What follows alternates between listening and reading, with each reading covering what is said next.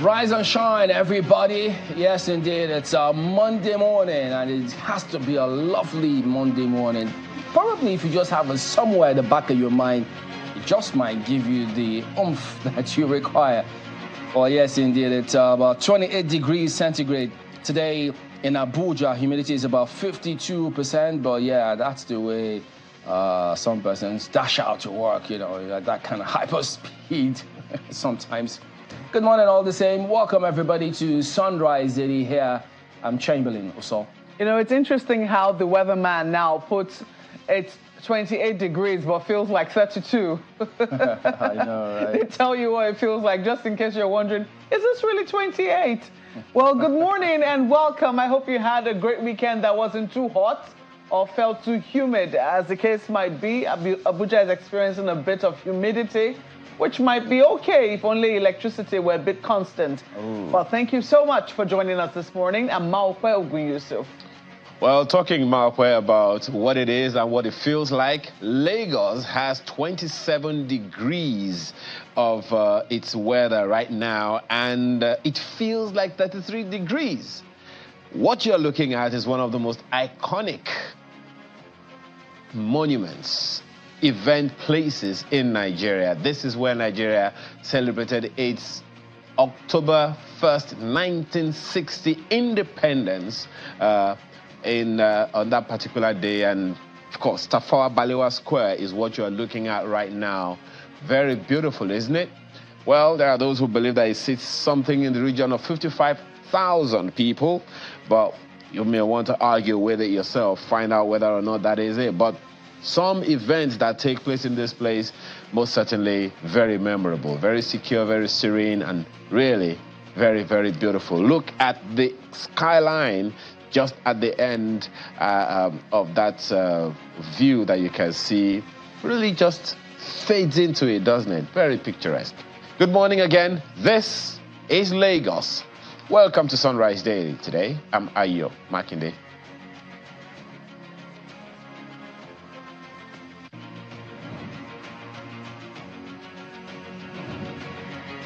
Well, yes, indeed, everybody. So quite a number of things will play out today. But goodness me, I know you may be wondering, what is going on with Labour? Well, when you say Labour this time, sometimes you think it's Labour Unionist or Labour Party, but incidentally, both. So that's why Labour veterans and trade unionists say they're going to assemble today. And look at that. That's a direct quote from them. They're saying Labour Party is dead. Nigeria Labour Congress is sick down with Abure and Nigeria. What is going on? Sometimes you wonder. It just doesn't rain, but it pours. But this one, with Labour, who knows? Is it going to be 1 week, one trouble now? Mm-hmm. Interesting scenario that happened last week when the NLC decided to picket the office of the Labour Party, and the Labour Party chairman described that as the height of rascality. Very, very, very strange times we're in, very absurd times. And one point of controversy, which we're going to see how it unfolds, is how the NLC had said in the past that the Labour Party belongs to it and its certificate of registration lies in its own office. But the Labour Party chairman is saying, no, perish the thought. You know, that is your own thinking. It does not belong to you. It belongs to the Nigerian people. Oh, dear. We'll see how that eventually pans out. One does never cease. I know that controversy is not over. Well, what else do we have happening today? I'm hoping that we'll see the next issue coming up right there. Yes, it is business. Oh, dear. And, I think it's Ayo now. Who's got that one? Ayo. Absolutely. Yes, it's business, Maokwe, and you're talking about Nigeria's debt stock that's come to 97.34 trillion naira about the last quarter of last year. And, you know, a good number of people will be wondering, is this just the federal government that owes this debt? How about the states? How about the money that the states are owing the central bank or the federal government? I don't know. I mean, you follow up on the bailout story, all of that. Perhaps you would find out about on Business Morning on Sunrise Daily at 10 o'clock this morning. In the meantime, let's go take a look at the papers.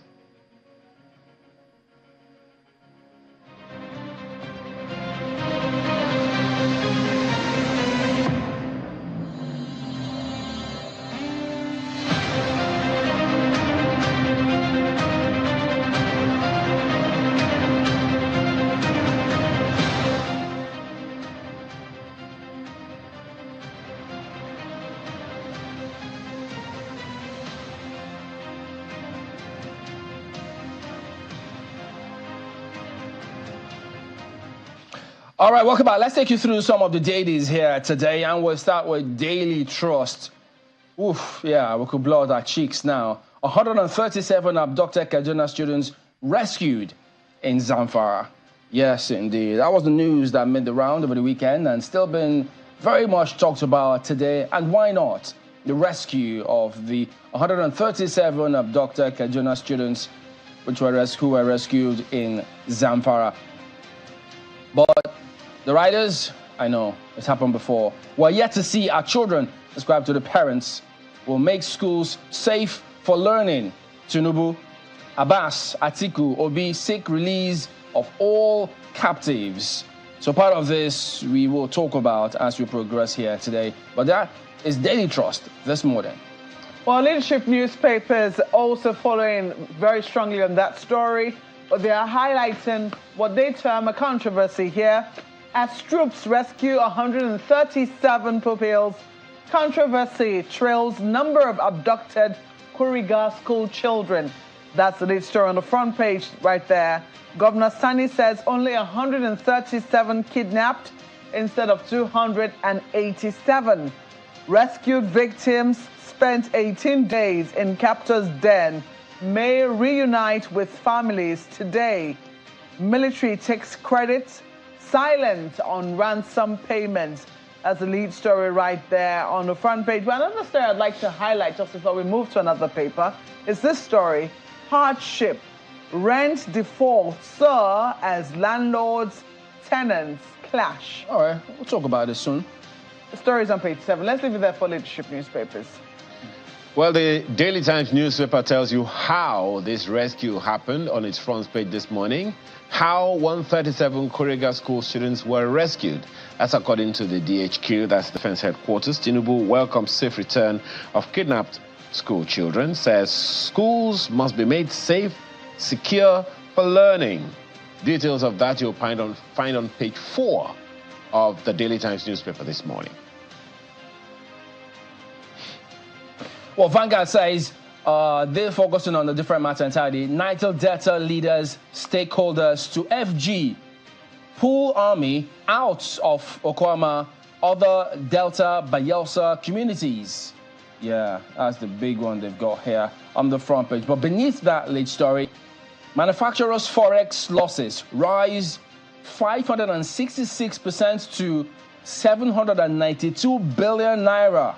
And then you get to see respite on the way as Naira strengthens. Some sort of hope, possibly. Okay, well, I don't know how they're calculating the forex losses. Is it that the manufacturers already bought at a higher rate and now that the Naira is strengthening, it's a problem? I don't know. I hope that's not the situation. But if the story is also saying there's hope on the way with Naira strengthening, then perhaps it's the other way around. Well, look at what the Abuja Inquirer has for you this morning. Behind the rot in Abuja School for the Gifted. You see it right there on the front page. Students defecate in the open. Ooh. Herders take over premises.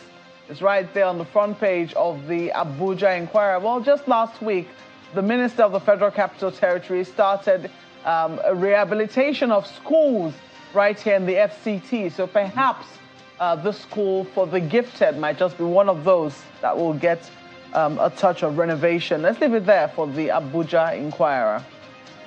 Look at the front page of the Nigerian Observer this morning. You find this paper on its. It's still talking, of course, about the kidnapped children. Military gets plaudits after rescue of 137 Kaduna school children.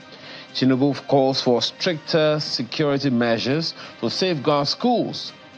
Overhaul security architecture and insecurity. Article Obi. Find the details of that continue on page 2 of the Nigerian Observer this morning. Well, the blueprint follows through as well with the kidnap story. We couldn't sleep, eat, as some parents died of trauma. So that's really heart-wrenching to hear what transpired while all of that kidnap happened. So I know several narratives now. Could we have? Should we have? Is it avoidable? But I know. But unfortunately, this is what happened to some of the parents this morning. Really sad situation, Chamberlain, because we spoke to one of the parents, and he said his son was 9 years old. Wow. And how, you could hear his voice begin to break when he was speaking to our correspondents. And he asked him, if it were you and it was your son, would you be able to sleep? How would you feel? Anybody, nobody should go through that. No one, no parent should have to go through that. Well, take a look at what The Guardian has on the front page for you. Living wage negotiations hobbled by debts for execution in states. That story is on page 6 of the paper. You see this general price level progression year on year, 2010 till date. That is right there, done in infographics for you. And you also see Nigeria's minimum wage floor progression. So you see there, in 2000, in the year 2000, we had 7,005. In the year 2010, we had 18,000. 2019, 1,000. In 2024, what will it be? It's a big question right there. But that's the lead story on the front page of the Guardian newspapers. Business Day is, of course, talking business on its front page today. Another rate hike seen as hawkish MPC meets. What does that mean? Well, you may want to get the details of that story on the front page. It continues on page 2 of the paper. But then look at the analysis right beside the picture. Analysis, untold human costs of Nigeria's electricity crisis. Most of the time we talk about productivity or a lack of it. But how about it's the toll that electricity or the absence of electricity takes on the human being? That's what the story right there is about. It continues on page 30 of Business Day newspaper today. Well, yeah, so the dailies highlights all sorts of challenges the country is facing at the moment. And we can't state it more. We can't overstate the importance of us having a credit system in the country to reduce the pressure that lots of people face when they need to get out there and have transactions, purchases, whatever. But here's what we'll do today. We'll let you talk to us about whatever headline has gotten you up to here. For instance, those are the handles with which you can get across to us. You could tweet or send us an email. We'd love to hear from you. So that wraps it up. We'll look at some of the dailies here this morning. But just give us a moment. We will be back and then take on some of the issues we've got for you today. But yes, we'll talk about the release of the girls a little later. But in the meantime, we will be back to focus on an equally important subject matter in just a moment. Stay on with us.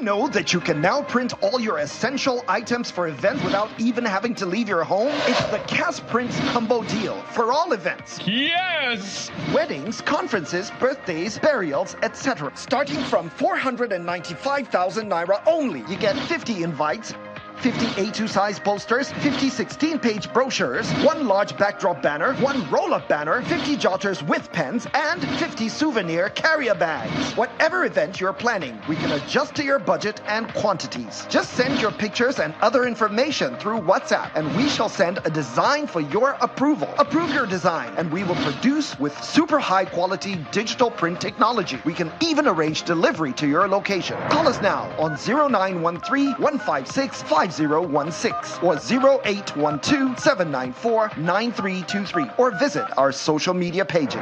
Cash Prints, digital printing at super speed. Big tech wasn't really here. What have they seen in the past 10 years, which is making all of them want to put their HQ here? If you're a business that sees itself growing global, we'll definitely need some sort of like boosts. We need to tap into those existing networks that these big tech companies do provide. Is there a downside to big investment in Africa? Okay. It's a tricky question. We want to be like Amazon, we want to be like Google. Like, this is not, we are not looking to sort of be just another player. For me, big tech is something highly controversial. I see the value of it, but I also see that Africans should stop playing second fiddle to some of these organizations and have the confidence to start building our own technology. We've seen how we are using the limited resources we have to solve real problems. They've seen indigenous tech startups achieving things that took them years to figure out.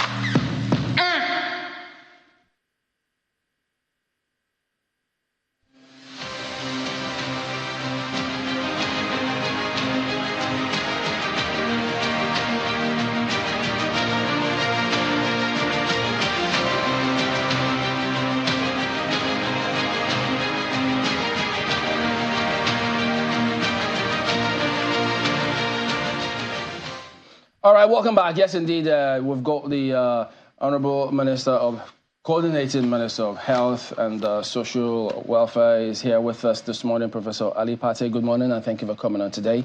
Thank you for having me. Yes, indeed. So much as we're indeed glad, the country is indeed glad that the children have been released, and so we're hoping that the authorities will do what we have to do to ensure that those kind of things don't happen again. But an equally important subject matter is cancer care in this country. I'm just going through some of the data, and it's really shocking. I saw a poll that was published in 2023. It says 6 in 10 Nigerians do not know causes of cancer that they face. And I see another one, which shockingly, I know this is really sad. It says we have an estimate of 72,000 cancer deaths which occur annually in the country. And there are several other data which is quite scary, but it's needed if we need to move forward to analyze and see what can do. But you're here to talk to us about federal government seems they want to do something about this. You signed an MOU. So tell us, what is this initiative that government is embarking on for oncology? Yes. I think it's really fantastic news that our children in Kuriga have been released, and I think it tells a lot about what government has been doing to ensure security is improved. On the cancer issue, we know that the fastest growing segment of the burden of disease of Nigerians is non-communicable diseases. Not only infectious diseases like malaria, TB, and others, but we're having fast-growing non-communicable diseases, including cancers. And as of 2022, WHO data showed that 127,000 cases of cancer occurred in Nigeria, almost 80,000 deaths. And that's a risk that all population in this country face. 1 in 8 Nigerians have a lifetime risk of having a cancer over the lifetime that they have, based on WHO data. 1 in 10 men and 1 in 7 women. The top cancers are breast cancer, which is the most common form of cancer, prostate cancer in men, cervical cancer in women, colon cancer, and other malignancies that exist in our population.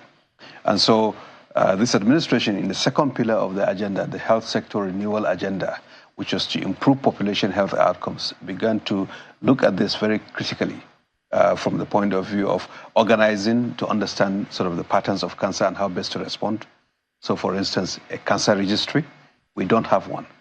Late April, we'll have an online cancer registry, which we will then connect with a regional registry with the African Network of Cancer Registries.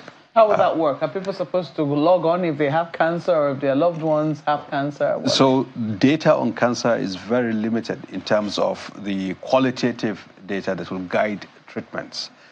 And so pathological reports from samples taken, confirmed cases of cancer will then be uploaded, so that it will be valuable for researchers, for clinicians, to see also the outcomes over time so that adjustments can be made. In other words, the medical centers will be the ones responsible for that. Exactly. It's not popular. It's really for specialized purposes. Now, the treatment side is what we've tackled on Friday.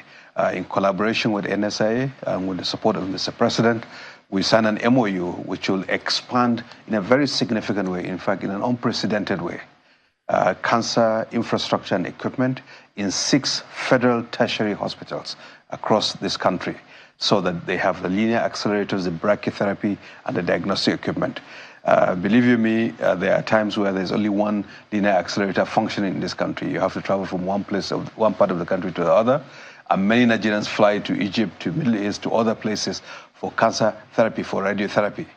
Now we're going to solve it with the MOU that we signed with the NSIA, with the approval of the president, to go directly to the OEMs, the original equipment manufacturers, to secure those critical equipment, to embed them within the hospital infrastructures, alongside the training of the personnel and maintenance arrangements for those cancer therapy equipment, so that over time, Nigerians can be able to access those services that they need in the event that they have cancers.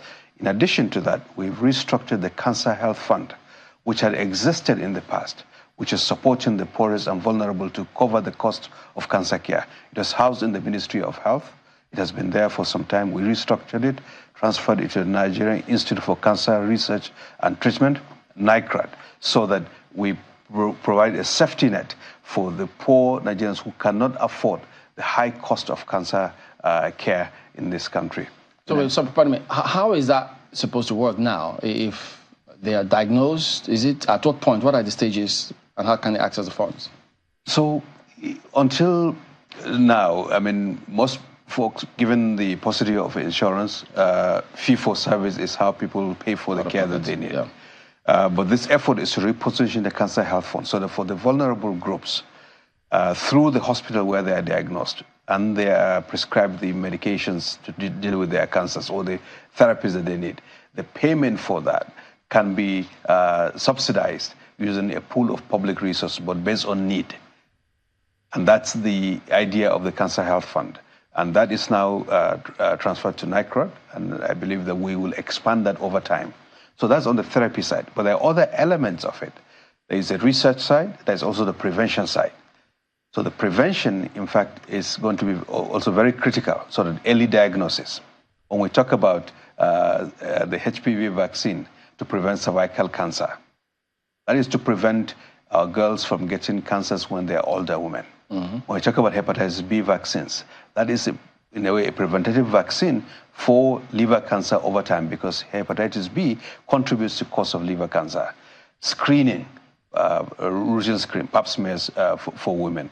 Early diagnosis, generally, having the ultrasound capability, even the awareness, like you started on, are also important elements for the preventative approach, so that we bend the curve in terms of cancer. Prof, yeah. One thing that we will notice over time, much as, yes, this is a good initiative, but chances are that, in fact, the cases we've seen is people got this at a very late stage. Yes. So they just go in and find out, oh dear, they have this, it's either in stage 3 or 4, and sometimes it's too late. Yes. So is there any plan? What are we doing? Is this also going to address the ability to properly diagnose? Yes. Because in many cases, even as little as malaria, well, it's not little, but malaria is misdiagnosed in many cases.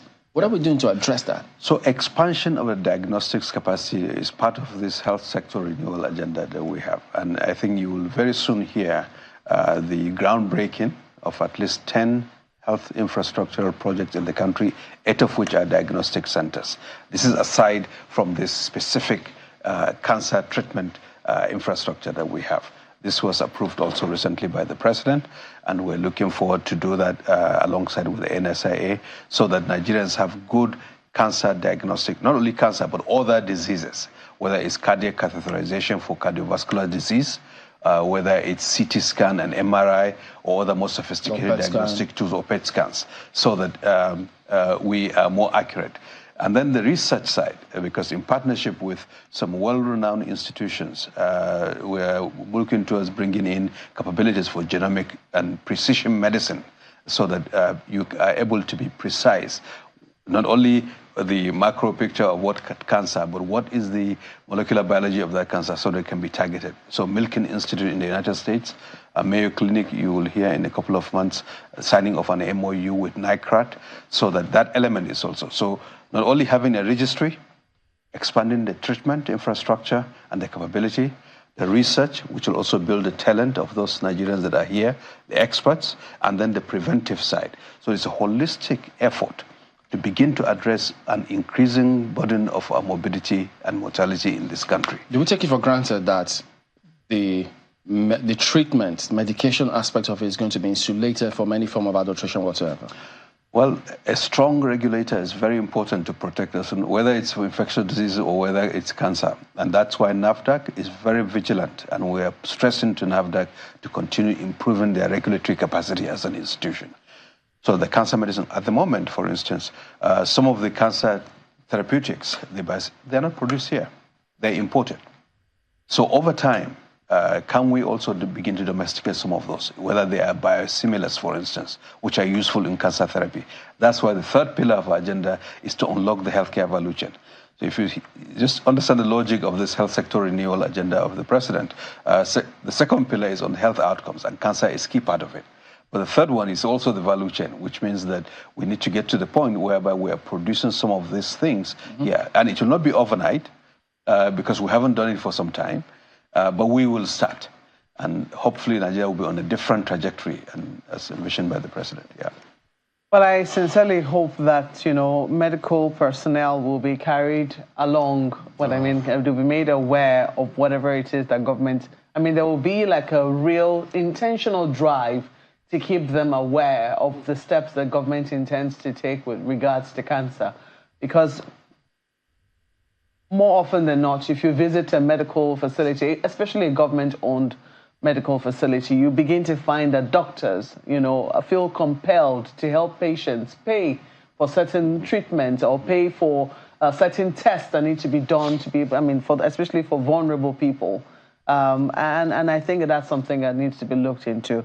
However, you mentioned visiting original equipment manufacturers, OEMs, you said. For equipment, etc. Now, some people have argued that oftentimes it's not that government didn't buy the equipment. The equipment might be there, but as you've mentioned, lack of personnel sufficiently trained to be able to operate it, sometimes a lack of electricity to get the equipment working, and then sometimes the equipment are outdated. So I do not know if we're going to be having conversation enough with this OEMs to say, maybe we too can have tests, because there's some facilities that, are the places where they send the equipment to be tested first before they even ask them to buy. Do you think we could ever get to that sort of arrangement where Nigeria becomes one of the destinations where equipment is sent to first for testing before, purchases are made? There's so many issues, but you have to start somewhere. Without the basic infrastructure and equipment, even if you have trained personnel, it will be difficult for them to function. So this first step with NSIA and going to the OEMs, in fact, resulted in a huge discount, almost 30% discount in the cost of some of those equipment that are produced by the OEMs, which is significant savings for government, especially at this time. Now, it also includes the maintenance agreement so that this equipment will be maintained over time, as well as a training of personnel to use those equipment. As to the health workforce issue that you raised, cancer care requires not only the professional oncologists, but there are also nurse oncologists specialized in cancer care, and other cadres, radiotherapists, medical physicists, a whole lot of medical personnel that are needed. We are on this path to provide the enablement for them. We don't have enough. We don't have enough oncologists in this country. But with this infrastructure, it will encourage more of our physicians to train, more of our nurses to train here with this equipment, and hope that they will not walk away. And those who have trained abroad come back into the country and serve. And we have begun to see the willingness of some of our experts. You just need to see Marcel Ruth Hospital in Lagos, where we see a fantastic, very well-trained, experienced oncologist deciding to move back home and set up a cancer center in Lagos. We're seeing that trend beginning to happen. Now, with this enablement that we've now begun to provide through Mr. President's approval, I believe that the health workforce itself will be encouraged to stay, to serve, to be involved in research, learning, and to contribute to this country's development. And over time, other countries, even in the sub-region or in the continent, we are seeing them possibly coming to Nigeria to have care, because we'll have world-class institutions with well-trained personnel in this country to serve Nigerians, but potentially to serve other people. I really want to be optimistic. I really want to share, the vision. And I see the picture you're painting, but I'm wondering when that will eventually materialize. What I want to know is what hospitals, because I know before now, a number of hospitals, government-owned hospitals, had been earmarked centers of excellence for cancer care. One of them is a national hospital here in Abuja, and well, I'm not giving any prejudice to the kind of care that the doctors, the personnel in that hospital provide. They really do their best within the means that they have, but it could be supported with so much more. So what facilities are you looking at now to say these are the areas we're looking at, these are the ones that already have some capability, and maybe with some improvement and some support, maybe in the next 2-3 years, we should be seeing the sort of, service centers that we desire? I think we've not done as well in making sure Nigerians are aware of the high quality of what we already have. And you need to go to Lagos University Teaching Hospital Oncology Center. Luth. They have a really fantastic oncology center, 99% uptime, receiving patients from all over the country and the sub-region. You need to go to University of Maiduguri Teaching Hospital to see infrastructure that has been built and equipped and is providing services. Now, there are others in the private sector. I just mentioned Marcel Ruth in Lagos, which receives patients even from the sub-region, because the Nigerian who is running that she's run in NHS. She's treated, you will say, world-class Nigerian and a world-class institution in Nigeria. We need to begin to believe that all of these things, we can make them here. And the 6 federal teaching hospitals that we are now going to invest in is Federal Teaching Hospital Katsina, Modern University Teaching Hospital in Zaria, Just University Teaching Hospital, University of Benin Teaching Hospital, University of Nigeria in Nsukka, and additional oncology site at Lagos University Teaching Hospital, because I was at Luth and I could see even the existing oncology center was being stretched to capacity because of demand. They see 150 cancer patients a day, maxing out all the 3 linear accelerators they have. So there is a lot more that is needed. We're at a very low base. We're beginning to move.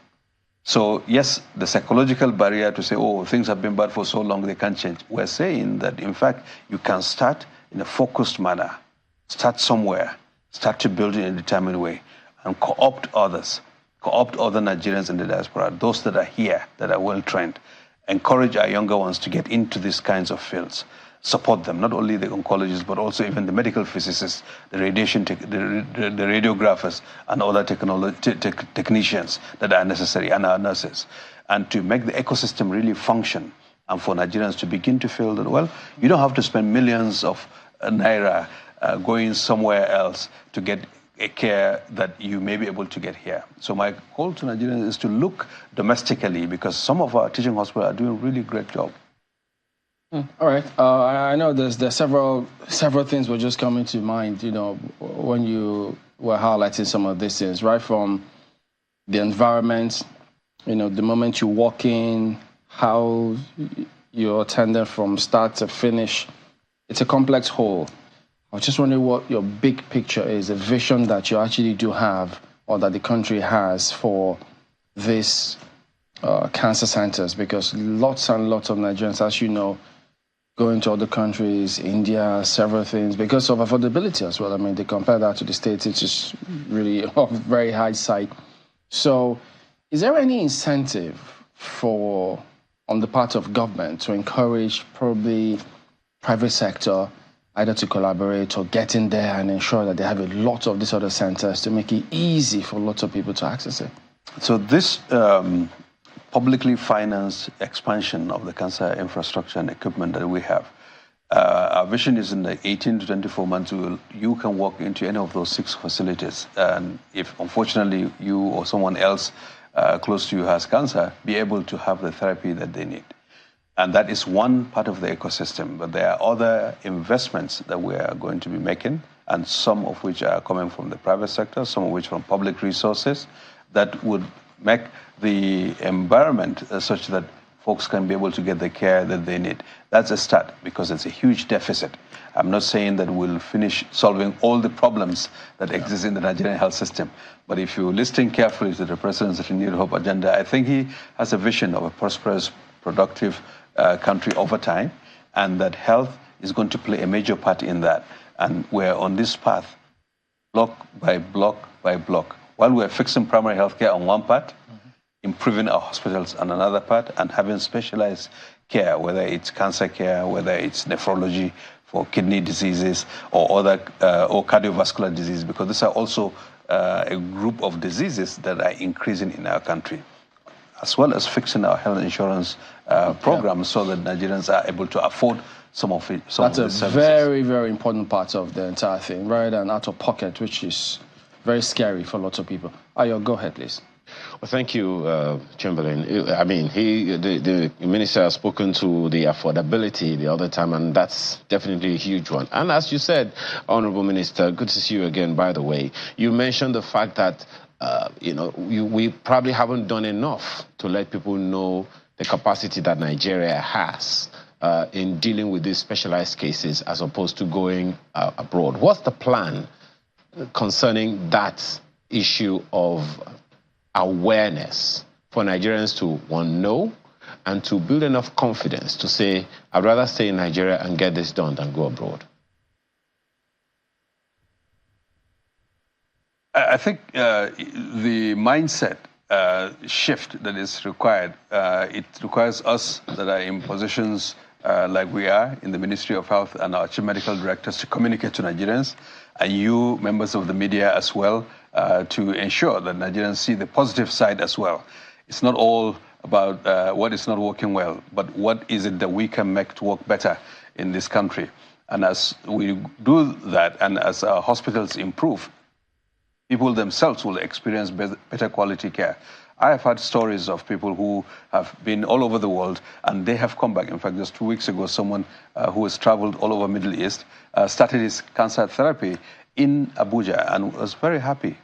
Was not spending the humongous amounts of resources that they would have spent in other second or third-rate facilities, and they're getting very qualitative cancer care in Abuja. And so there are many of those that I hope people will begin to share, so that the mindset of Nigerians turns around and begins to believe that we can also do what we're going to see in other countries, that we can actually make it here.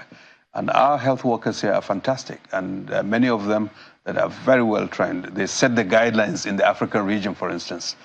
For 2 consecutive terms, the chair of the African Research and Committee that looked at guidelines for cancer care was a Nigerian. It's a Nigerian. And there are many respected Nigerians in oncological practice, in other fields of endeavor, who are there and contributed. But we just don't seem to want to believe in ourselves. Well, Honorable Minister, one of the things that scares a number of people when it comes to going to public institutions, particularly public hospitals, including Luth and several others that you've mentioned, is the attitude that they sometimes get from healthcare professionals who interface with them from the very reception and all of those things. So sometimes people wonder, how can I be treated like this when I'm looking for better health? I don't know if that is something of concern, though generally, but particularly in such specialized cases that you're talking about. We're working with chief medical directors, the chief executives of our hospitals, to begin to train and enforce this idea of better interpersonal communications, so that the personnel, who are obviously also very stressed because of different reasons, and I'm not going to take that away, but at the same time to ensure that, in fact, we treat each other with respect, with dignity, and we serve the population. Health is a very unique product. You can go to a place and it may look very nice, but you may end up buying poor quality care without knowing, because there's asymmetry. The expertise is not like a hotel or an airline. it's a very different kind of commodity. And as a consequence, folks who go outside this country go to other developing countries in the name of getting care abroad. But when you look carefully at the quality of care that they receive, it's actually abysmal. I've seen some of those in the Middle East, and I think if people can be a bit more patient, and while we work with the health workers and our leaders in the teaching hospitals and other levels of the healthcare system to improve the way we treat each other as Nigerians, I think people will begin to experience quality of care that will be commensurate, if not much better, than what they may experience in other parts of the world. Honorable Minister, you spoke about infrastructure the other time that can support a good healthcare provision system. Malkwe asked a question around electricity the other time. What's the plan around that? First in the provision of it, and then even in paying for them. The UCH in Ibadan, for instance, is one that we understand that the DISCO there has disconnected the organization because they owe something in the region of 500 million naira in electricity debt. So on the one hand is provision of the power, on the other hand is the affordability of the power for public health institutions. What's the plan around that one, especially in the light again of cancer care?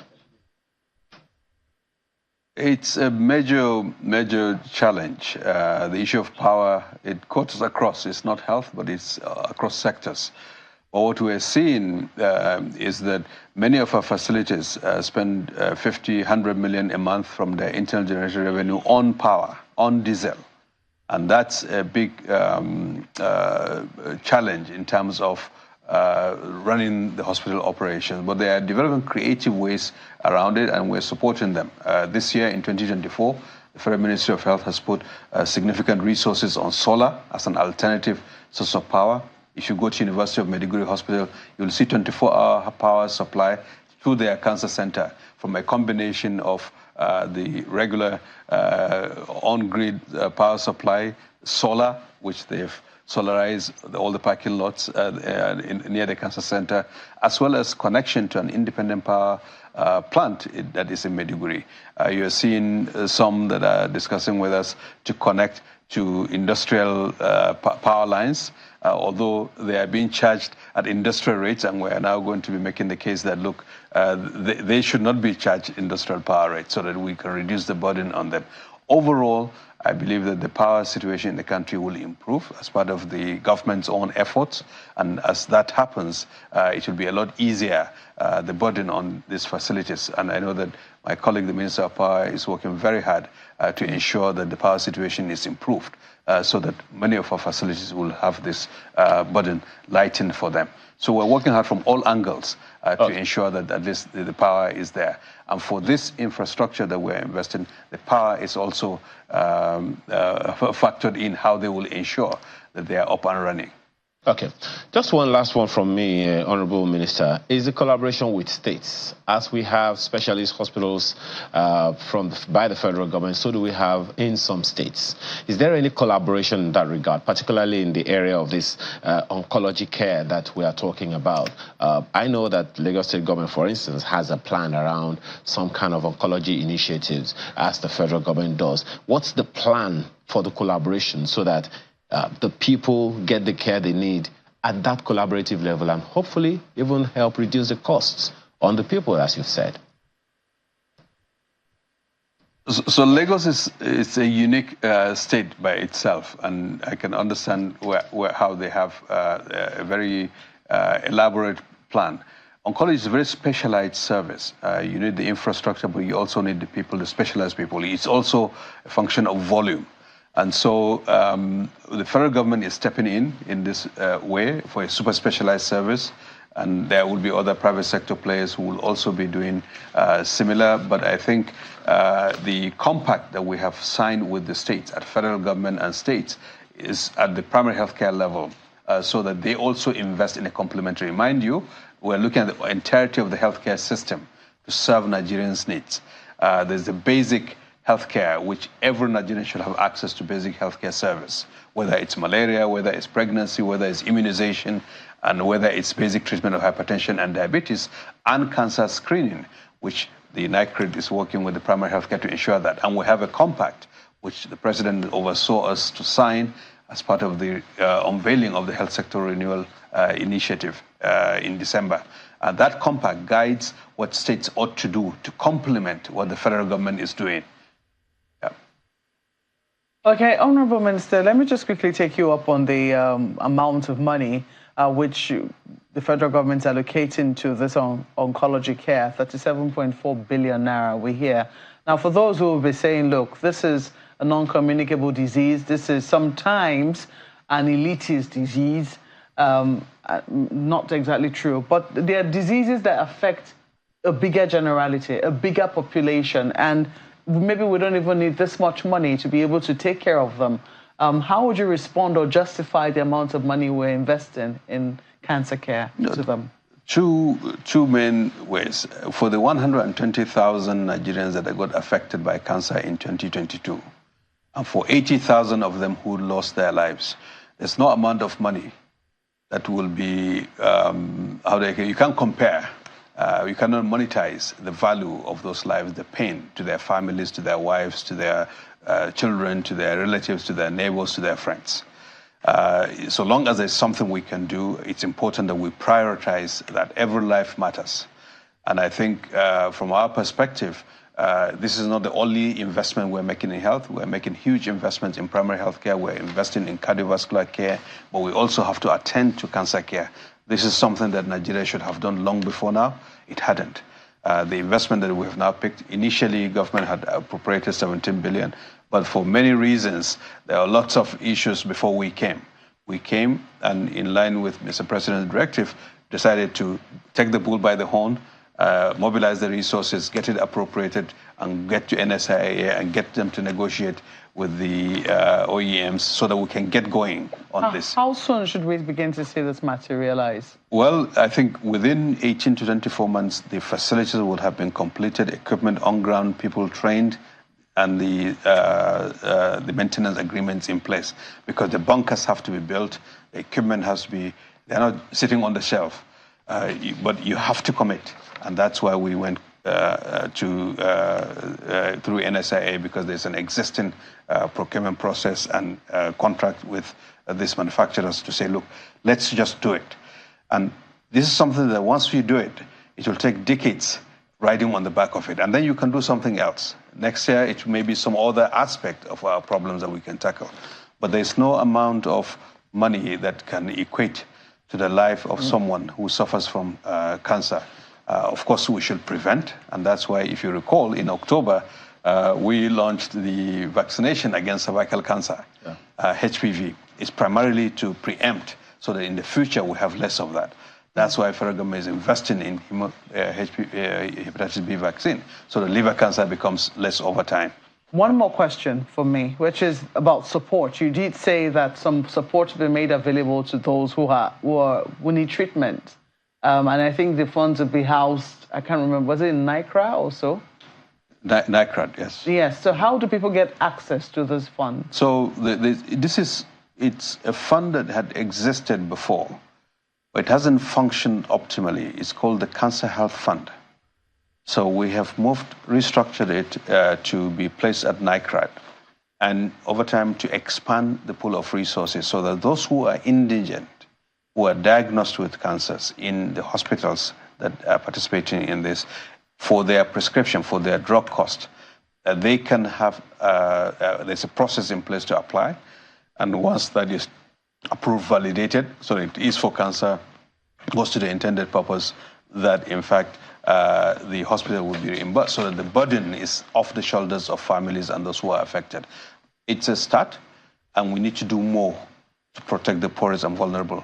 There are many who are already paying tens of thousands of dollars for cancer treatment, sometimes importing the medication, almost always importing the medication from abroad, or going abroad to get the treatment themselves. Those who can't afford it. But there are many Nigerians for whom cancer is almost like a death sentence because they cannot afford the care. And so the Cancer Health Fund is one way. And the idea is that even the private sector, philanthropists, can contribute to that, because we have to take care of each other. And it's not just everyone for him or herself. we should be concerned about those who cannot afford things that can save their lives as well. So the Cancer Health Fund is structured in that way. And in fact, you can help us amplify.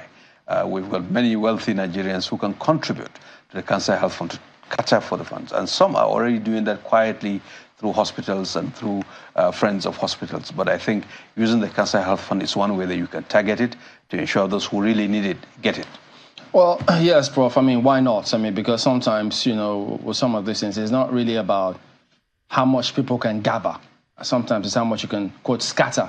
You need to also reach out. There are several people who need some sort of intervention, help, or the other. So we have to thank you for coming on. Professor Ali Pate is the Coordinating Minister of Health and Social Welfare. All the best to you and the team. We hope that we'll keep doing whatever we can to get Nigerians healthy. Thank you for coming on today. Thank you very much. All right, so we will be back in just a moment. Stay on with us.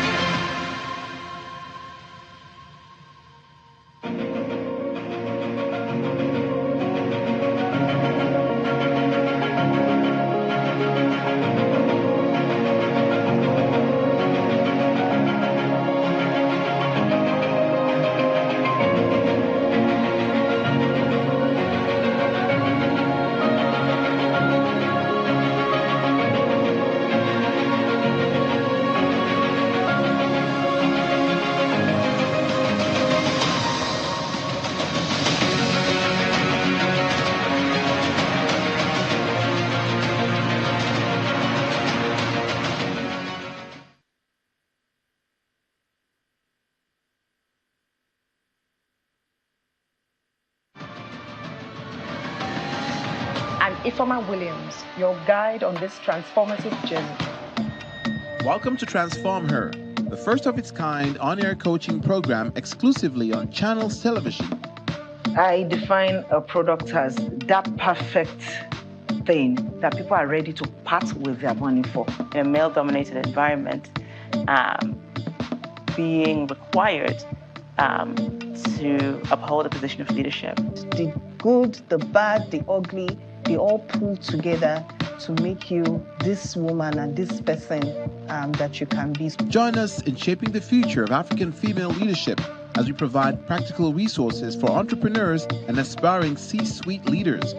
Every Wednesday at 4:30 p.m. West African time, we bring you expert interviews, transformative coaching, and the tools you need for exponential personal and professional growth. Transform Her, because it's time to unlock your potential and lead with purpose.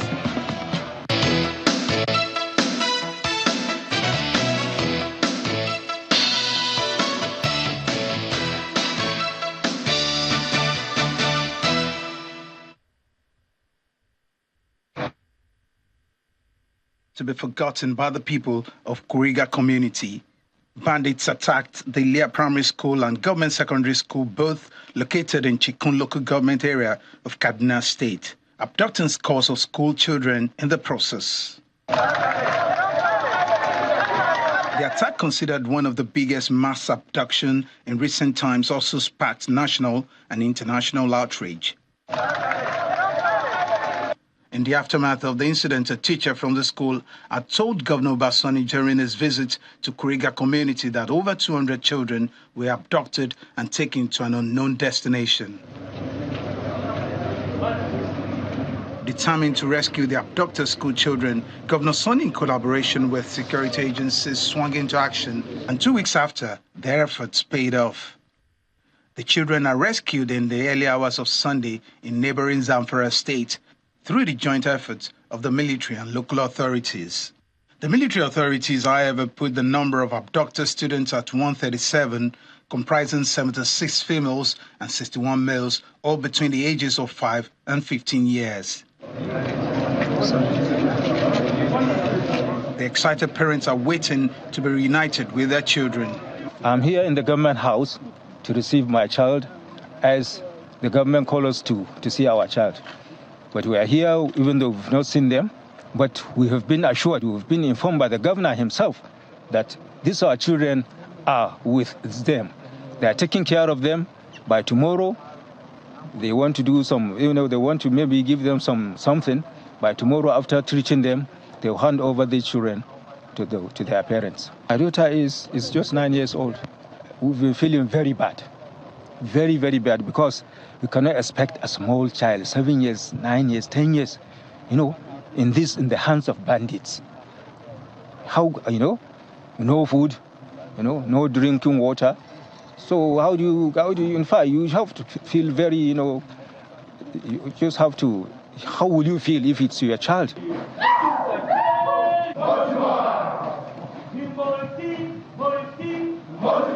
Meanwhile, as part of efforts to beef up security in vulnerable communities, a contingent of 200 police special intervention forces have been deployed to Kuriga community by the Inspector General Police. They were received by the governor at the government house ahead of their deployment. I'm happy that they are back home now. They are with us. And police have played a major role in bringing these children back home. I want to thank the IG. I want to thank all the security agencies. I want to especially thank President Bola Tinubu. To the parents, to the community, we congratulate them as well. And we appeal to them that they should accept them. And these children need to be treated very well because of what they passed through. And they need to go back to school as well. Although the mass kidnapping of students in the Northwest geopolitical zone has reduced in recent months, the Kuriga abduction is a wake-up call for the government and security agencies to put more boots on the ground, especially in vulnerable communities where most of the attacks take place.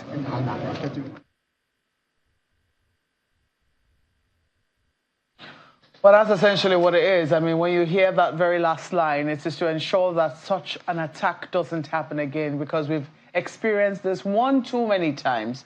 Everyone is happy to see the children back, never mind the fact that, it's still unclear whether, this is a number that was abducted that has now been brought back, which I think also goes to our accountability mechanisms. Do we have ways of knowing, when an incident happened, how many people have been affected? Because it was really unclear when that incident had happened, how many people had been taken away. Because don't forget that, there were people who were taken but were able to escape and they ran back. So the figures were unclear initially. I think the security agency said they were going to wait a while to see how many more, were in the bushes somewhere, who had lost orientation, etc., etc. But so far, so good. The security forces have now reported the rescue of 137 of them. The prayer will be that when these children are eventually handed over to the Kaduna State government and to their parents, that no one will be saying, oh, my child didn't come back, or oh, my child is still missing. But I think that we need to find better ways of accountability. But this certainly is good news, especially during this season. Yeah, well, not much to say, really, other than to just ensure that we prevent and not fight. The primary responsibility of the police is to prevent. So, can we get to that as quickly as possible? That's something that will give me concern. Well, these are some of the things that, we'll focus more on this subject matter after we have a look at business news, which comes up now with Ladi.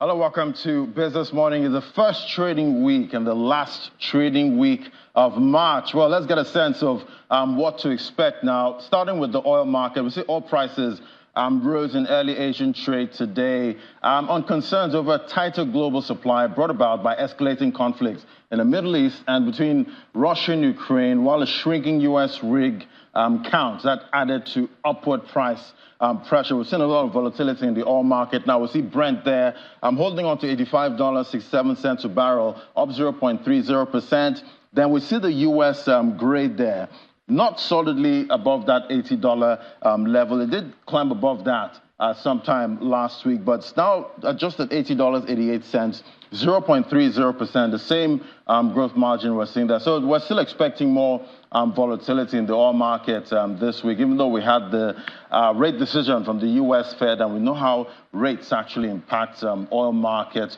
But let's take a look at grain market. Now, see Chicago wheat future rose to a 3-week high today amid concerns over the French crop and tension in the Black Sea, although ample supply. That kept prices near multi-year lows. Even though we see wheat, that's up 0.4%, $5.56 for 3/4 of a bushel. Let's look at soybean now and corn.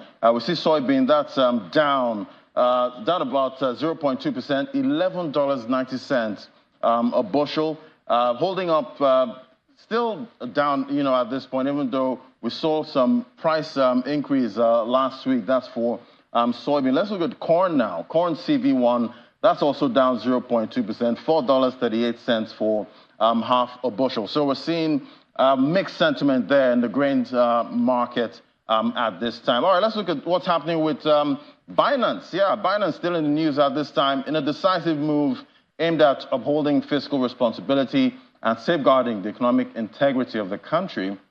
The federal government has initiated criminal proceedings against Binance, a prominent cryptocurrency exchange platform. The charges filed at the Federal High Court, that was announced today by the Federal Inland Revenue Service, FIRS. The lawsuit implicates Binance with a 4-count tax evasion accusation, joined with the crypto company as second and third defendants in the suit are Tigran Gambarian and Nadeem Anjawala, both senior executives of Binance, currently under custody of the Economic and Financial Crimes Commission, even though we heard there were reports that one of the executives actually fled at this point. But the charges leveled against Binance include non-payment of value-added tax, company income tax, failure to file tax returns, and complicity in aiding customers to evade taxes through its platform. We'll definitely be waiting for comments from Binance on this. So other matters now, the Revenue Mobilization Allocation and Fiscal Commission, RAFAC, has begun work on a new revenue formula. The chairman of RAFAC, Mohamed Shehu, made this known in Abuja, explained that the remuneration of political and public office holders would be reviewed in batches. The current revenue formula is shared in accordance with the vertical formula as determined by RAMFAC and approved by the National Assembly. The formula allocates 52%, and 26% and 20% to the federal, state, and local governments. There are two types of revenue allocation in Nigeria. We have the vertical allocation, which is sharing of revenue among the 3 tiers of government, and horizontal allocation, which is allocation of revenue between state governments and among local governments within the states. Well, CIBN is the conscience of the financial sector. There's a message with the president of the institute, Mr. Ken Opara, expects to resonate in the daily operations of newly inducted and active bankers in Nigeria. He made the comments during the 2024 Graduate Induction and Prize Awards Day held in Lagos as organized by CIBN. Take a listen. Professionalism are more likely to be considered for promotion and leadership role, thereby enhancing the sustainability of their career over time. Short of saying that there's no shortcut to having to build a sustainable career. Undoubtedly, ethics and professionalism stand as pillars within the financial services industry and the entire ecosystem, serving as the bedrock upon which trust, reliability, credibility are built. In recent years, the financial services industry had faced numerous challenges and controversies that have underscored the critical need for a renewed focus on ethics and professionalism. Instances of unethical behavior, neglected violation and breaches of law have continued to be major issues that we continue to contend with. High-profile cases of misconduct and infraction have not only resulted in financial loss, but also have injured the nature of the institution for. All right, let's head on to the first conversation now. See, data from the Debt Management Office shows a significant jump in Nigeria's public debt, which soared by 10.7% to 97.34 trillion as in the fourth quarter of 2023. And we see that big jump there. It was the third quarter that gave 87.91 trillion. That was what the total debt stock was at before the fourth quarter. So we see a big change there, 10.7% jump. Domestic debt, that got about 59.12 trillion, and we see foreign debt, 38.22 trillion naira. Let's talk to Dr. Tope Fashra now, Special Advisor on Economic Affairs, joining us via Zoom. Great to have you on the show. Thank you very much, and good morning, Ladi. Good morning. So quite a big jump from the third quarter of 2023 into the fourth quarter. How's the government seeing this rise in total debt stock at this time? We see in the 2024 budget, debt servicing is supposed to go up about 8.5 trillion naira. How's the government looking at debt at this time? Well, very cautiously, I must say. And of course, two things, cautiously and also very importantly, domestically. So the plan is not to tank on debt, foreign debt especially, given the issues we're having with, for example, with the Naira, which kind of escalates your debt servicing and all of that. And you see that the new debts that we're talking about here are basically domestic debt. And of course, these have been planned as part of the budget to be able to finance the deficit. So it's the same thing. And of course, I think, again, what's important is that the government is going through the due process and also approaching the domestic market. Of recent, you see a few issuances of debt, to first of all, to mop up liquidity and all of those kind of things, and also to finance the budget as a whole. So I think we're being cautious as well. It probably is not going to be as before. And what's the plan, to keep debt level at a sustainable level at this point? Because it seems, one government takes office, stacks debt up for the country, then leaves it, for the next government. How does this government plan, to keep our debt level sustainable? Yes. Very importantly, I think our debt is still very much sustainable. The total debt to GDP is about 42% at most. Yes, people don't like to hear debt to GDP. We look at debt to revenue or debt service to revenue ratio. What you will see this year and going forward is the fact that we're going to be getting a whole lot more revenue than before. The real issue with our debt is actually our revenue.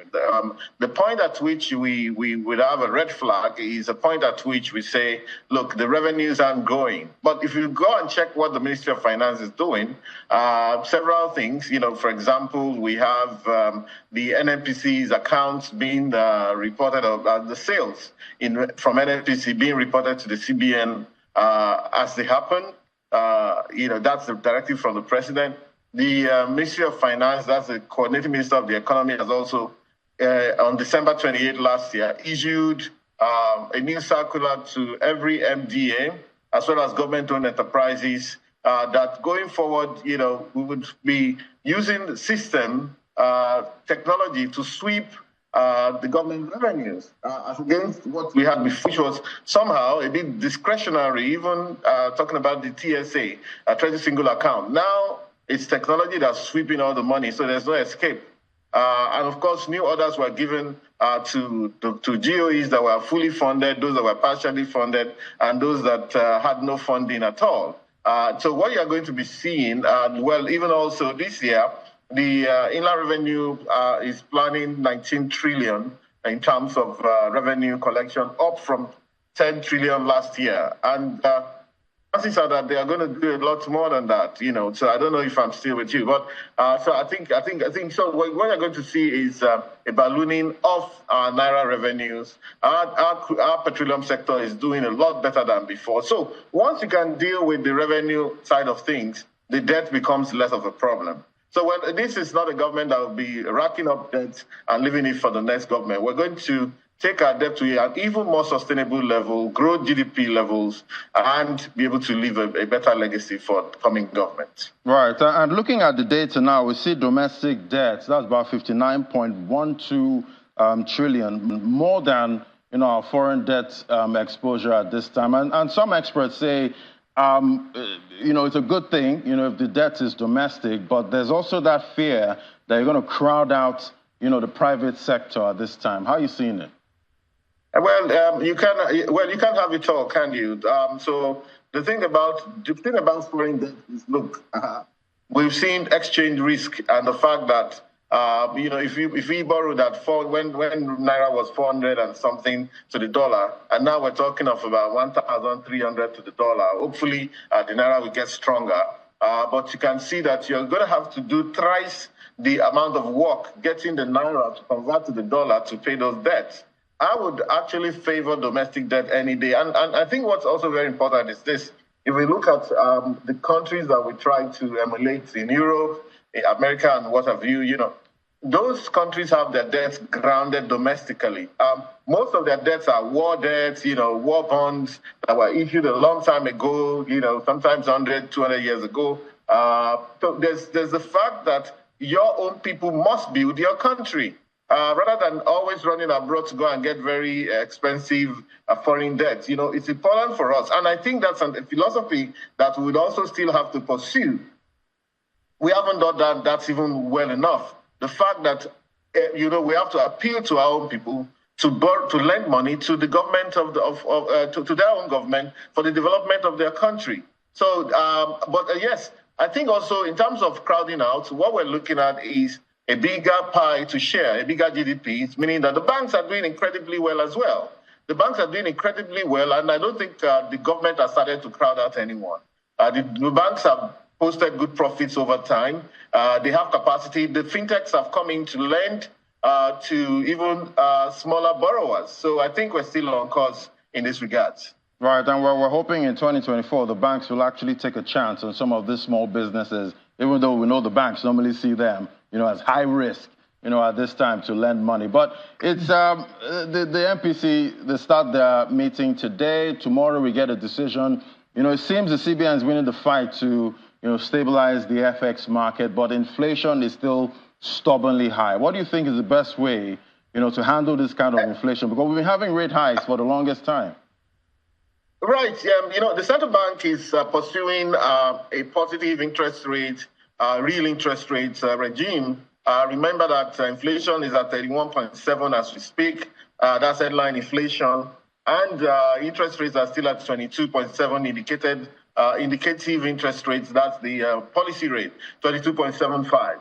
So the central bank is hoping to catch up very quickly. It's going to be a bit painful because we need to start depressing inflation immediately. I would actually, I have actually advocated, and I've also written on this, that what we need to understand is that the monetary policy instrument alone will not be sufficient. And we should understand that our economy is still growing. We're not at the level of some of the biggest economies in the world, where the pass-through effect and the pass-through effect of monetary policy instrument on the whole economy is very fast, very efficient. Here it is not. So what I've advocated is that in order for us to drive down inflation quicker, everybody has to have their hands on deck.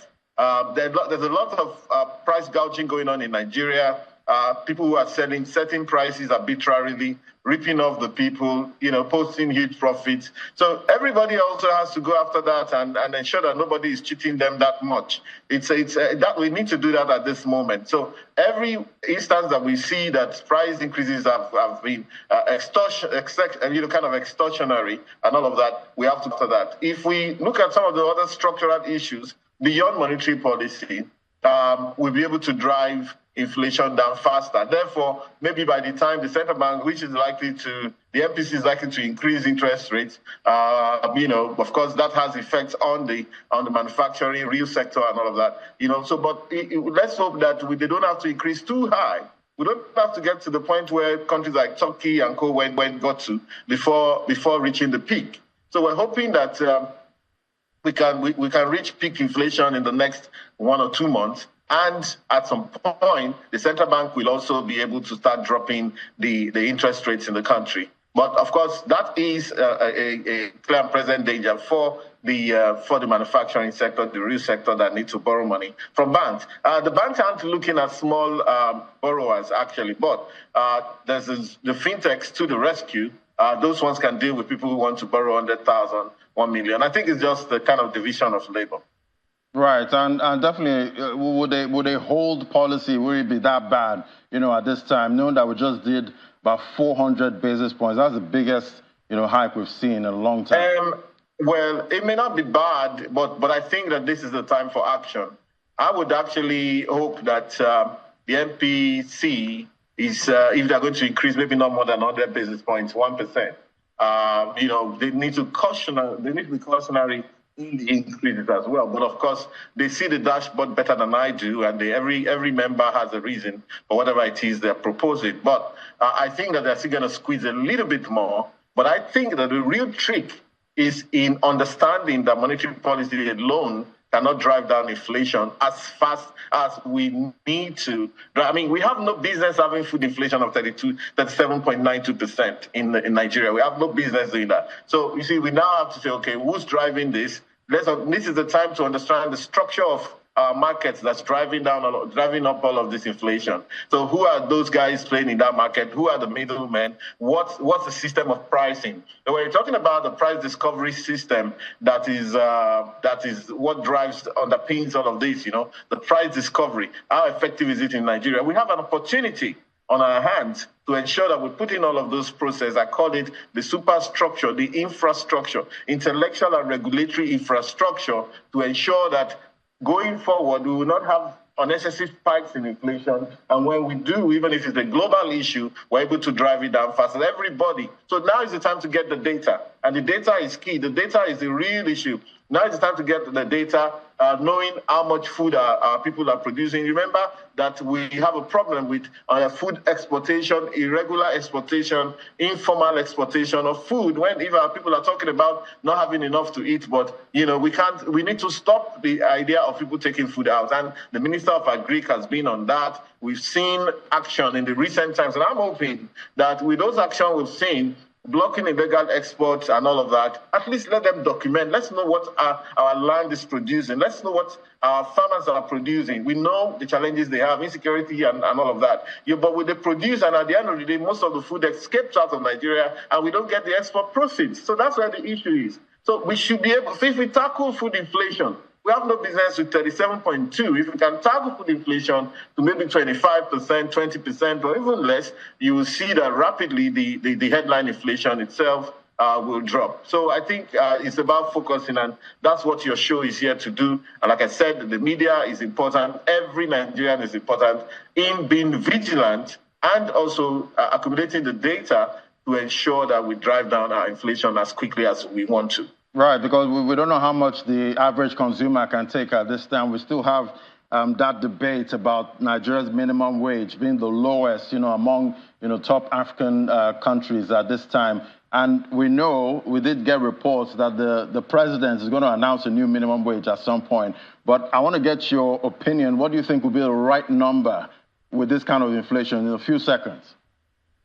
Well, we missed a few opportunities, I must say.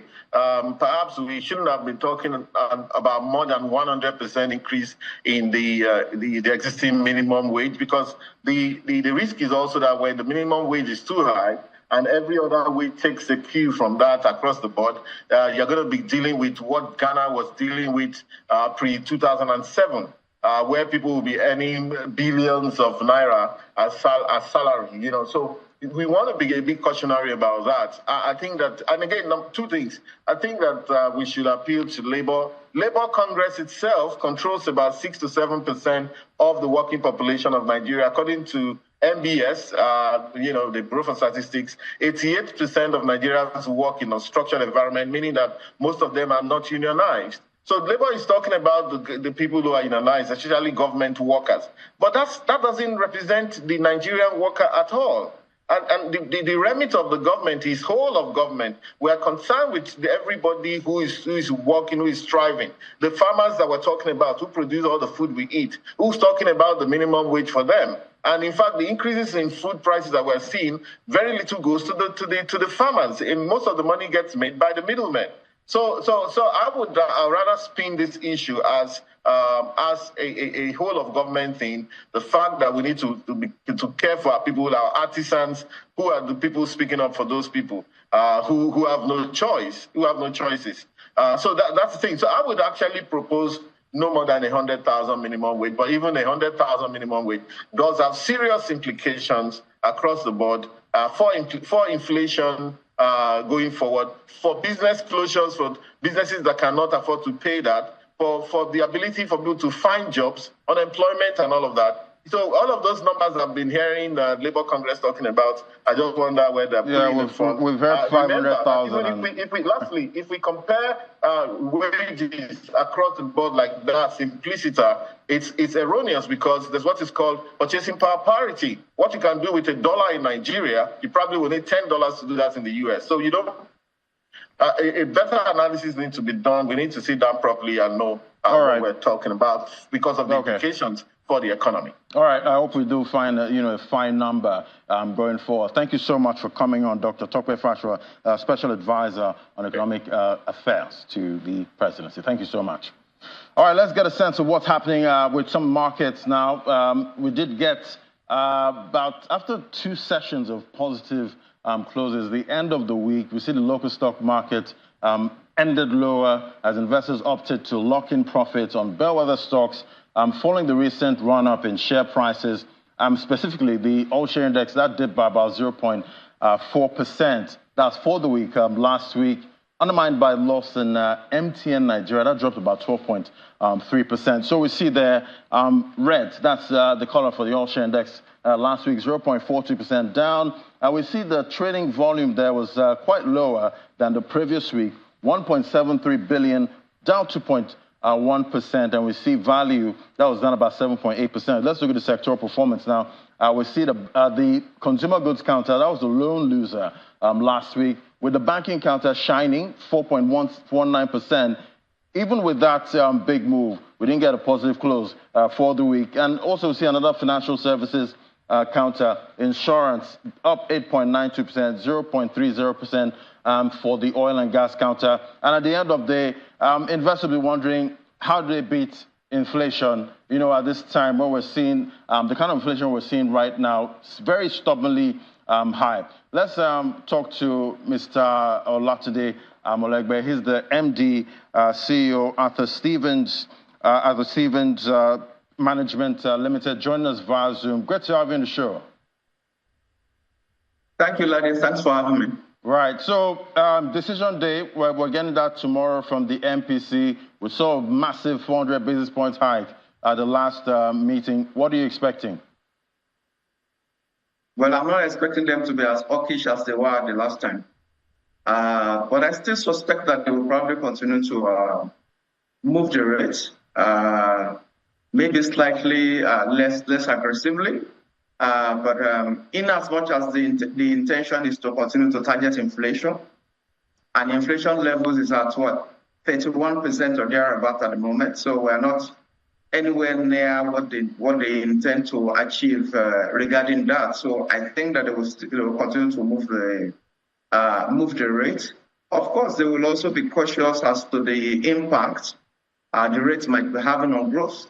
The impact it might be having on manufacturing companies whose cost of production will now have risen significantly due to the cost of financing. So they have to keep an eye on that while still, doing what they can to battle inflation. As we continue to say, tackling inflation has to be a two-pronged approach. There has to be the monetary side, which is what they are trying to tackle, and of course the structural side, which includes doing other things that are not necessarily monetary in nature, taking care of inflation, taking care of the FX side of things, and structural issues also needs to be taken care of in order for us to get where we intend to be regarding inflation levels. Right. But regarding the FPC, I expect an uppish move, but maybe not as aggressively as the last time. Right, and we keep talking about investors, trying to beat inflation at this time. That's been happening since 2022. Talk to me about how investors in Nigeria can shield their portfolios against this kind of inflation we're seeing.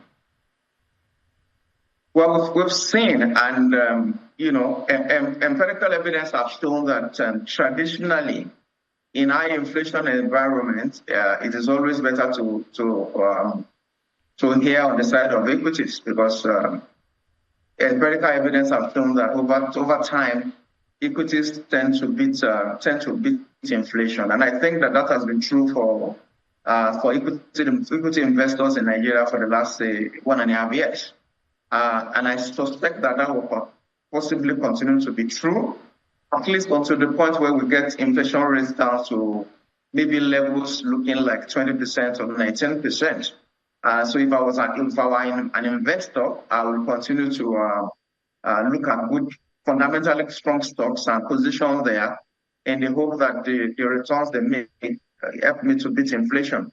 Of course, an investor also has to continue to pay attention to the likely impact of the increase in interest rates on equity prices, because obviously those two markets have an inverse relationship. So as you see interest rates continue to rise, it is very likely that participation and the sort of bullishness you are seeing in the equities market will start to subside as people start to shift assets from the equities market to the fixed income market. But we're probably not gotten to the point where the fixed income market will be able to compete with equities regarding the ability to beat inflation. So if I were an investor, I will continue to side with equity for now.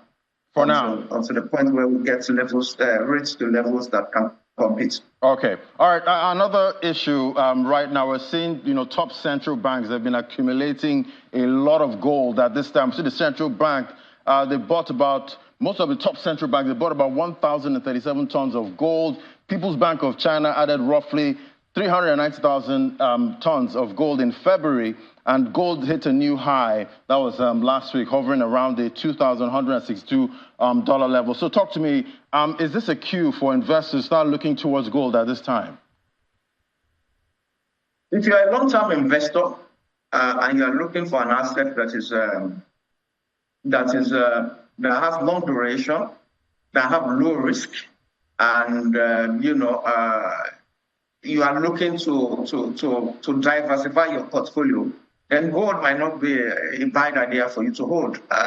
You agree with me that we're in a world of crisis. There's crisis everywhere. There's the Ukraine-Russia war. There's Gaza. The world is generally battling inflation. So investors will central banks typically will look at all of this and want to take some precaution against reducing their exposure to fiat currencies, fiat reserve currencies such as the US dollar and the euro. So, and that is why you are probably seeing some of the central banks moving some of their assets, particularly long-term assets, towards gold. because gold reduce the risk that could come from the weakening of some of these fiat currencies. Right. All right. So if the US dollar is weakened and the bulk of your reserves is in the US dollars, then you are exposed. All right. But if you move some of these assets or diversify some of these assets into gold, then at least it protects you and gives you the kind of diversification you're looking for. All right, thank you so much, Mr. Olatunde Amolibe, MD CEO after Stevens Asset Management Limited. It was great having your perspective. Thank you. Thank you, Lady. Thanks for having me. All right. So we'll keep tracking the prices of gold for this week and the local boss right here. But that does it for Business Morning. I'm going to hand things over now to the Sunrise Daily team. Thank you.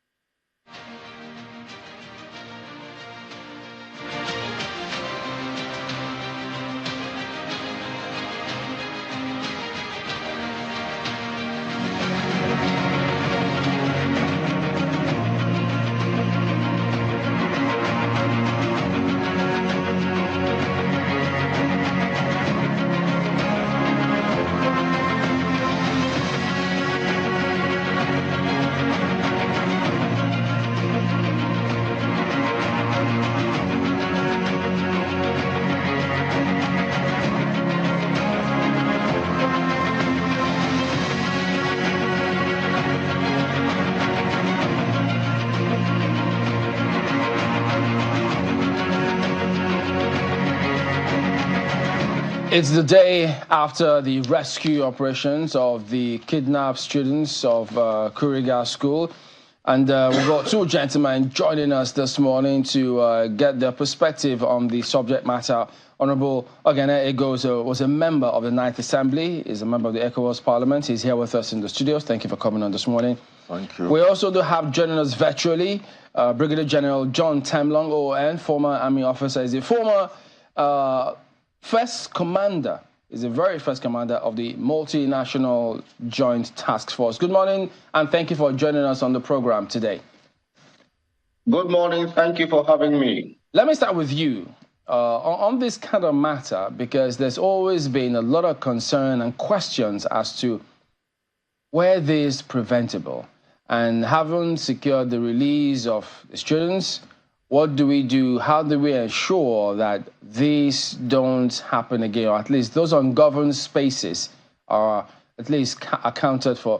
Yes, they're deploying some police personnel, which we saw in some of the images coming through.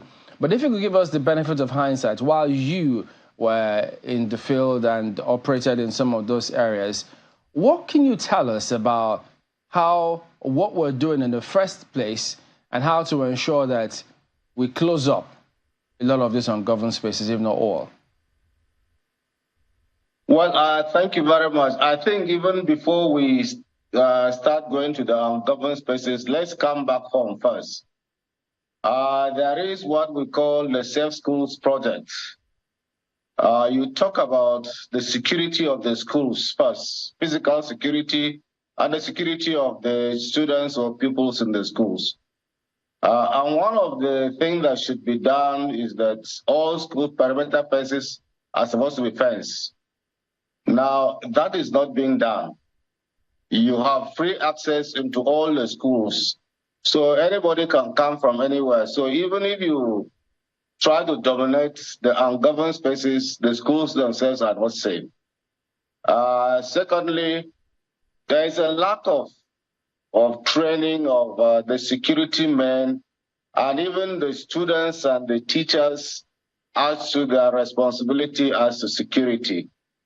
Now, you have a situation where they will pack children, even if in the night. If you look at the case of Chibok, is in the night.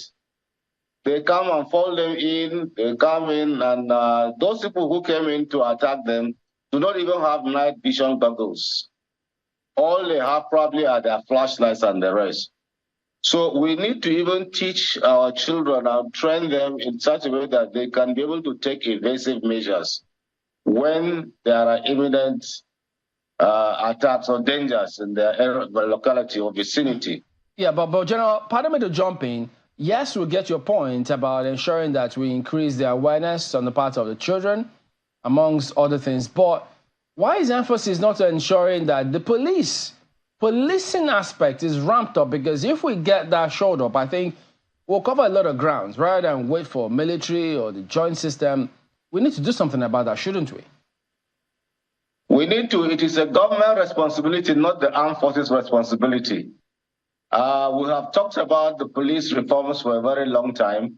We have talked about the inadequacy of the numbers of the policemen, the posts on ground. We have talked about deploying technology as a force multiplier, which has not been done. Even if it's done, it's deployed at a very slow rate. And to carry it further, you see, it's not just the police. We have had a national security seminar and we discussed these ungoverned spaces. What came out clearly, thank God President Tinubu has started addressing, is that all these forests and game reserves are supposed to have wardens or forest guards or whatever you want to call them. They are the ones who are supposed to be resident in these forests or these reserves and the rest. They are supposed to be the eyes of the security agencies. They are part of the national security architecture. Now, their numbers are not there. In fact, what we came out with at that time was that they didn't even have a service scheme. Some of them were the children of the original people who had been there and they died, so they had formed their settlement there and they were staying there, so they were acting as this thing. And you know, with this situation, you need to add up to their training and make it, because these criminals are sophisticated.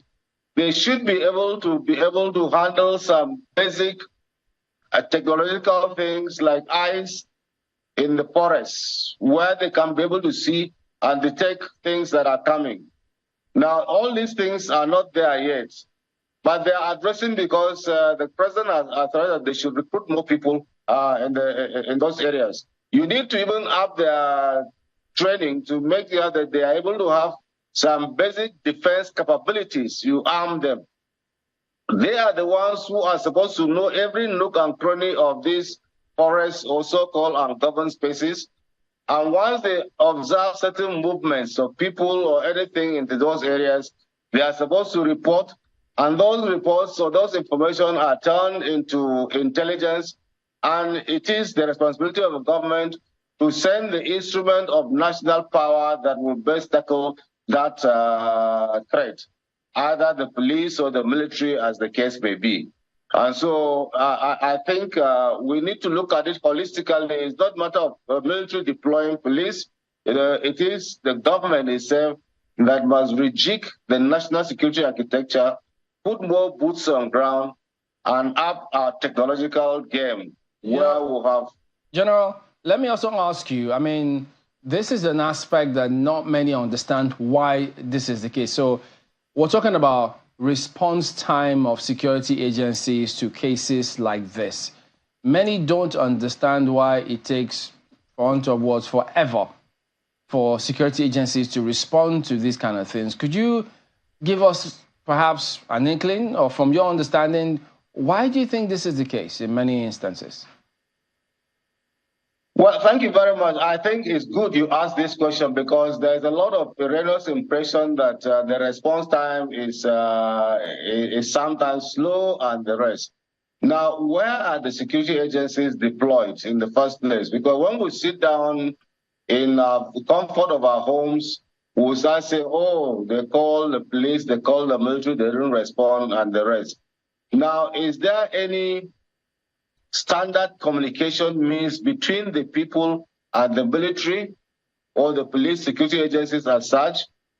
We have a code that they call 211 or so, but I think 911 would have been better because it's like an international code where everybody should have a reporting line. Even within the communities, you find it difficult to report to who are you going to report. So there should be some clear line of demarcation of communication between the citizens and the military authorities. or the security forces? 2, what are the capabilities and capacities of our security forces now to respond in those areas? And what is the terrain like? These people come with motorcycles, okay? The ones that park the children, kidnap the children in Kaduna, Chukwumera, they came with motorcycles. And the routes that the motorcycles follow, the Hilux vehicles cannot follow. So what do you need? You need helicopters, attack helicopters or lift helicopters, and drones that should be able to be deployed and have a quick reaction time. So you need a quick reaction force. Fortunately, I think the Army too is acquiring some helicopters, which I saw recently, that the president has paid for them, and once they come in, that should be able to act, because the response time with a helicopter or drone will be faster than somebody responding with a vehicle. And so, and a helicopter is versatile, it's flexible, and it has enough firepower to be able to hit those on ground and as they move. So I think we are getting somewhere there. So, but as it is now, the response time can never be better than what it is. You need even the location of the troops. Where are they and when are they informed? Sometimes it is when the whole thing has been done, people have left, that you respond. I think this intelligence thing should come up right from the time you notice movement of troops, because even as they move on these motorcycles, one or two people would have seen them in the bush as they are moving towards a direction and should have reported. And they're not just reporting. You need to report information that will be able to help to be processed into credible intelligence. For instance, you just tell us, say, you notice people moving on motorcycles, but you should be able to count the number of motorcycles. If you give a rough estimate, you say there are 50, and on each 50, you have about 3 people on each, armed. That should be able to help those who are analyzing to know that, look, if you are 53 armed, there will be 50 times 3. That will be the number you are going to be dealing with on ground. And so you have an adequate response force, not sending one Hilux vehicle with just about 5-10 men to go and be overwhelmed. So you need those things. And you see, it's very unfortunate, because the national defense policy and the national security policy envisaged those things. The defense policy was signed by President Buhari in 2017. It envisaged and said the role of this population, the citizens in national defense and national security, what are their roles? And that is what should have been built in to the training of our citizens, right from the primary school right up to university level. To the citizens who are not in school, there should have been some informal capacity building for them to start observing certain things. These people just do not come overnight and attack. If you look at the time they attack those children, they had just finished assembly. So somebody would have told them, they would have gone to know that this is the time they do the assembly. So all the peoples around there, the teachers and the pupils are there. They are not in their classrooms. And so they would have moved and stationed themselves into a staging area and strike at the time the assembly was going on, just about to close. Right. So you need all these things. And even the guardmen, sometimes they are not, you see, you take illiterates and put as guards. They just see themselves as us opening doors or gates to school, if there are even gates, or they see themselves as being given work. You do not even train them in observing movements around them. So, and you just get illiterates. So there is a need.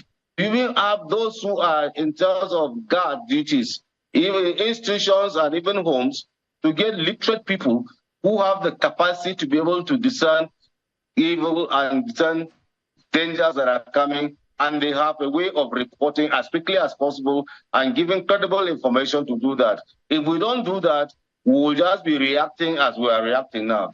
We need to be proactive, get ourselves ready to be able to confront evil.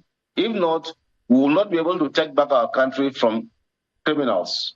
Indeed, General, clearly no community right now should, just leave it to security agencies alone. We're hoping that, the incidents that has now happened in Kuriga will be a learning curve for all communities concerned, regardless of, where they are situated in the country. But let me come to you, Honorable. I'm sure the news of the release of the children must have gladdened you a lot. I'm happy to hear a lot, because I was going to say a bit. So I'm happy to hear a lot. However, there are concerns about the number of people that were abducted versus the number of people that were rescued. We've been told that 137 children were rescued, even though we had heard that over 200 were kidnapped. Do you think that we should find a way to be more accountable with incidences like this, so that there can be more clarity and there's no controversy when eventually, figures are announced? Certainly. When these children were kidnapped, there was a lot of hue and cry over it. It was very unfortunate. Because you imagine, how are you going to carry 200 something, as they said, even 160-something children, and head them into a particular place without communities and people around knowing where they are, without police knowing that such number of people are in such place. How are they hiding them? It's a big failure on the part of our security agencies. Because even if you say they came with 100 motorcycles, where are they keeping those motorcycles? There are towns, there are small communities who live around where these people are. We know that the bushes are empty, for instance. We need, of course, rangers, we need forest guards to work on them, but people know where they are. Yeah, but if the people do know, I mean, because certainly if 100 motorcycles were riding in a convoy, it is not impossible, or will I say it is impossible that people will not see them. That is it. And know that, these people could be up to some mischief. Yes. The question is, the lines of communication between the people and the security agencies will need to be aware. That is why I'm saying that there's a lot of security failure. But we hope that with the heightened incidences of kidnapping children, which will discourage most parents from sending their children to school, especially in the northern part of the country, where education culture is not very strong there. So, and I'm also happy that the president have realized this, and they are doing something about it. So, if I could just follow up on that, why was it that, because this question came up in the 8th and 9th Assembly, where they tried to speak about, look, what do we do about improving the capacity of the police? Yes. So, but those things fell through. Yeah, that is what is happening. But I'm happy that the Constitution is presently being reviewed to allow state police, because everything about security is local. A situation where you carry somebody from Sokoto and bring him to Delta, you carry somebody from Delta, you carry him to Borno, he does not know the area. For instance, let's talk about the Okwama case where so many people were killed. Out of the 17 officers that were killed, we understand only 3 of them are from the south. The remaining one are from the north. So they don't even understand the area. A situation where you have a corner, you have majors, you have captains. But I think part of the danger in that line of thought could be that people may just have the impression that when they speak about reorganizing the policing structure or state police, it should be only indigenes of those areas. No, of course. Of course, when you have state police, it should be more of indigenes of that state who understands the areas, who know that, there's a river here, there's a bad bridge here. There are several people who are not indigenous who've been there. They know those areas. Of course. Those are residents. Those who are residents understand the area. But you find out that what is happening now, like the case of the Kwama, you bring people who have never lived in the area. They don't understand the area. If people are raised there, most of them will understand the language. They will know the culture. I think what my colleague is, the point he's trying to make is that the emphasis should be on residents, not indigents. On residents, yes. I agree with you. It should be on residents. People who are residents in the area who understand them. Because like the case of Okobo, if they were old residents in the area that are part of the military, of course, they understand the people's language. They'll be able to read the community and understand what is happening. And that's what happens everywhere. For instance, like the Kaduna children that were kidnapped, if the military or police want to pursue the people, if you don't have residents who understand the terrain, it will be a problem. Yeah, but there's a reason why they have reconnaissance I mean, it would not be always possible or practical to bring people who are resident in a particular area into a security situation. I don't think that there is a precedence for that. Yes. Thank God the general is here. But some people will say that's why you have reconnaissance. That's why you have intelligence. Yeah, but a situation where out of 17 people, only 3, are from the south. If you look at the But names, even the 3 didn't survive. That is it. So even those 3, they are from there. But what I'm saying, and they are very, very junior. If you have amongst them people who understand the area, who know the language and that kind of thing, and the culture, they can easily reach the people and say, what is happening? So that before a serious mishap happens, the issue would have been settled amicably. These children who are now being kidnapped like that, I mean, it's a shame that as many as that number of children, over 100 or something, can just be carried away from school quietly. Just like it was done in Chibok also. So many, over 100 children just taken like that. And when you take such children, it takes time for the people to move. So like General said, we will need a lot of helicopters, recognizers, so that when it happens, there should be quick communication. Because now we now understand if they do it again, we cannot say we are taking on that way. Did the 8th or 9th Assembly ever do anything about the forest rangers, empowering them, reactivating them? Yeah, we did not really talk about rangers. But what we're talking about was state police. And it failed even in the House. And what was the reason? A lot of the honorable members were worried that governors will use this police to oppress them in their areas. And I told them, I said, look, governors have a lot of resources. If governors want to oppress, they can even use federal police to oppress. But you need the local police, you need state police, because the governor is the chief security of the area. And if the governor that is the chief security of the area does not have the wherewithal to provide security, it's not good for the nation. So, but right now, I'm sure that if the thing have gone through second reading, and I'm sure that we'll go through third reading, because some of my colleagues who voted against it that time, some of them confessed to me that they made a mistake, because when they go home, sometimes they cannot even get to all their constituency, because the what do you call it, the kidnappers and those who take ransom are all over the place. So everybody now knows that the issue is pinching everybody. So the issue of the state police, we must work on it very seriously and very quickly. And then some people say, hey, some states may not have money to fund it. And I laugh, Certainly there are some states that we need more. The more the economic activity is in your area, the more state police you will need. Because crime and economic activities go hand in hand. So, but there are some states, very small states, that have very little allocation. Those states can still have a small police force, and they can also look for a way to finance it through taxes. Because if you look at it now, in my residence in Lagos, we pay security money. Even in Abuja here, our state, they have increased the money we pay for security. So everywhere people are paying security money. So every state should try to have a kind of security tax.